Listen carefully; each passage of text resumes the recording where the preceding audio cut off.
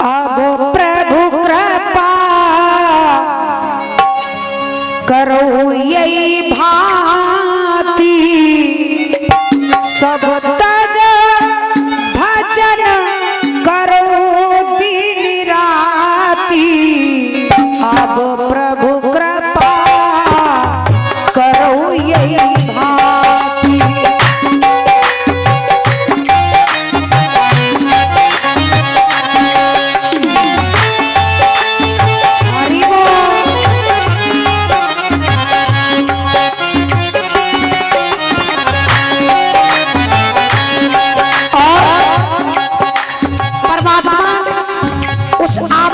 सुना उस आत्मा को दुखी देखा तो हमें मालिक ने बाहर कर दिया, लेकिन हम यहाँ आए तो बदल गए।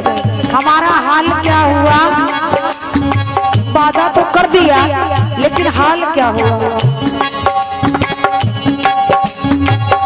भूमि गिरती भूमि गिरती भारी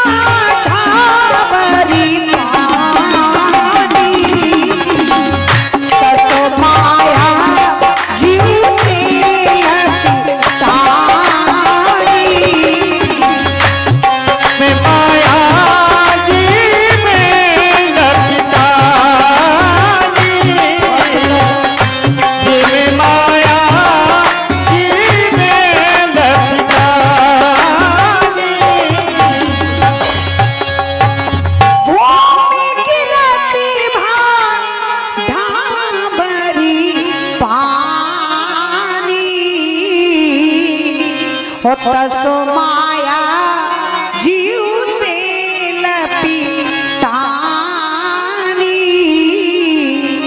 आकाश से जब जल बरसता है तो माता जी बड़ा स्वच्छ शीतल होता है, लेकिन जब महाराज जी जमीन पर गिरता है तो गंदा हो जाता है। और यही हाल मनुष्य का है। मानो जब माँ के उदर में होता है ना तो परमात्मा के अंतर्गत होता है, उससे आत्मनिवेदन करता है, अर्चन बंधन करता है। परमात्मा उसे सत्संग भी सुनाते हैं, क्योंकि माँ के गर्भ में कोई भला ऐसे रह सकता है? और धन्य उस माँ की देह 1 महीने नहीं 9 महीने तक हमारे भजन को झेलती है, दर्द को सहन करती है। और ये सहन करने की क्षमता कौन देता है? परमात्मा। नहीं तो अगर हम लोगों से अगर कोई कह दे कि ऐसा करो 2 ईंटा उठा लो 2 घंटे धूप में खड़े रहो, तो बताओ 2 ईंटा अगर ऊपर हाथ करके कोई खड़ा हो सकता है? बोलेगा भैया हमसे नहीं हो पा रहा। लेकिन एक माँ के दिल से पूछो 9 महीने भजन को झेलती है, उस भजन को पीड़ा को भी सहन करती है, लेकिन किसी से कहती नहीं है। तो ये कौन शक्ति देता है? परमात्मा। उसके रूप अनेक हो सकते हैं, लेकिन परमात्मा तो हमारा एक है। सत्य माने हमारा प्रभु है, वो परमात्मा।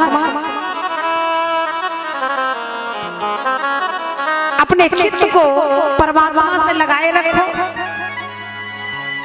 और सत धन चित धन आनंद सच्चिदानंद।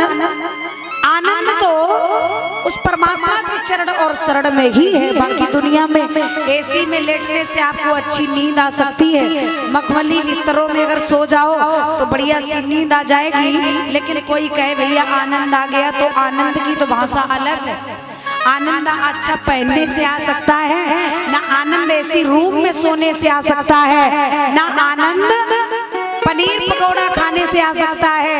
अब आनंद तो पनीर में घोषित कर दिया, अगर बढ़िया सब्जी भी कोई खिला दे, बोले भैया आज कैसा रहा? बोले आज तो आनंद ही आनंद आ गया। अब आनंद की भाषा बड़ी ही अलग है। आनंद उस परमात्मा के चरणों में ही है। बाकी दुनिया में हमारी सुविधाएं हो सकती हैं, शरीर को आराम मिल सकता है, लेकिन आनंद नहीं मिल सकता। आनंद नंद घर आनंद भयो जय कन्हैया लाल की उस सच्चिदानंद के चरणों में आनंद है।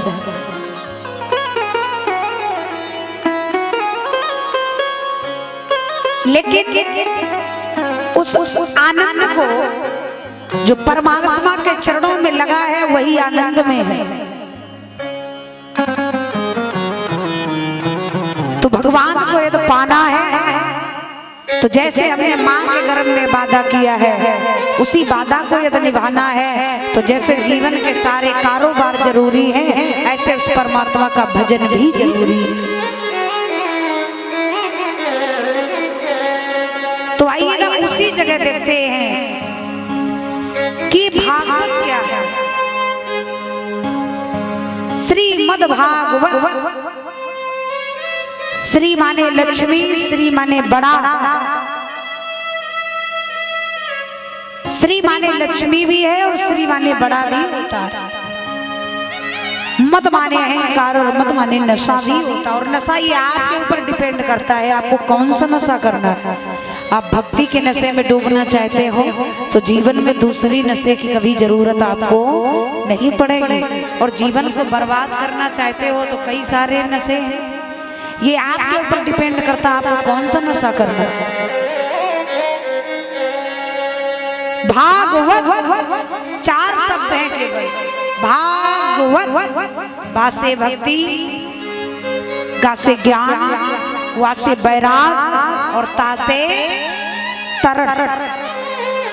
जब भक्ति होगी तो ज्ञान तो ऑटोमेटिक प्राप्त हो जाएगा, और जब ज्ञान प्राप्त हो जाएगा तो इस जीवन में वैराग शरीर में धारण हो जाएगा।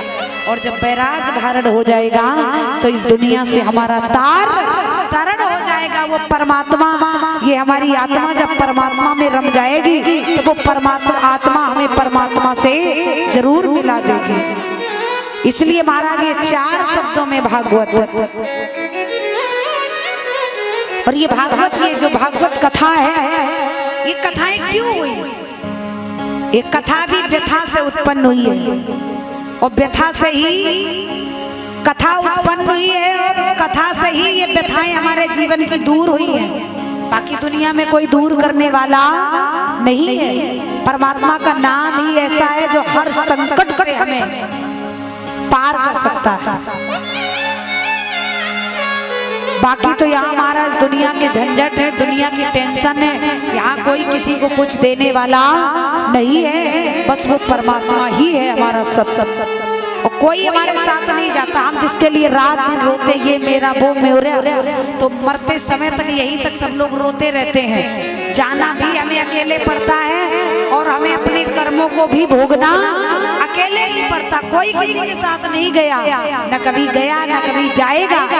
इसलिए हमारा परमात्मा हमारे साथ रहता है, और ऐसे परमात्मा को कभी हमें भूलना नहीं चाहिए।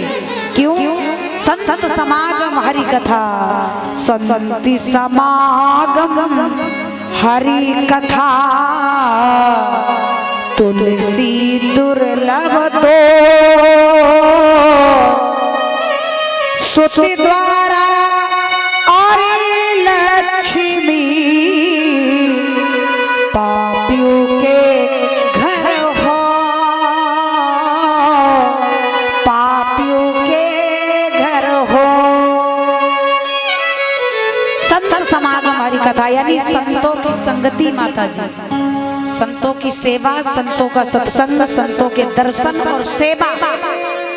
ये बड़ा बिरले लोग होते हैं, उनके जीवन में ऐसा अवसर प्राप्त होता है। संत समागम हरि कथा, संतों की सेवा, संतों की संगति और श्रीमद् भागवत की कथा, ये किन्हें प्राप्त होती है? बड़ा बिरले लोग होते हैं, अच्छी महान आत्माएं होती है।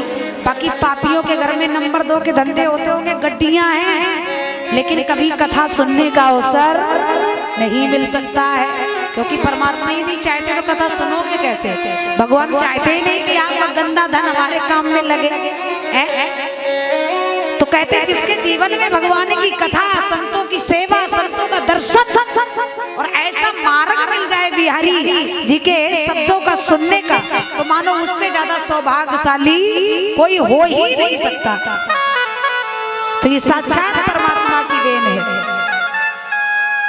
सुत द्वारा और लक्ष्मी, पापियों के घर और आस औलाद धन दौलत, ये कोई बड़ी बात नहीं, हर किसी के घर में है। लेकिन जहाँ सुख शांति नहीं, जहाँ भगवान का नाम नहीं, जहाँ भगवान के लिए आस्था नहीं, ऐसा धन और ऐसी औलाद होने से क्या कोई बड़ी बात है? क्या होने वाला है? तो महाराज आइएगा आज प्रथम दिवस की श्रीमद् भागवत की कथा कुछ क्षणों में, कुछ शब्दों में। सर्वप्रथम श्री भागवत भगवान की पोथी की गांठ खुलनी है। माता जी के द्वारा जो परीक्षित का पद निभा रही है, 2 मिनट के लिए माता जी को लाओ, थोड़ा पोथी में हाथ लगा दो। पारिवारिक जन, हमारी माताएं बहनें देवियां जो भी पुराण में हाथ लगाना चाहे वो भी आ जाए, कोई बात नहीं, जिसकी भी आस्था हो आप लोग आ सकते हैं। 2 मिनट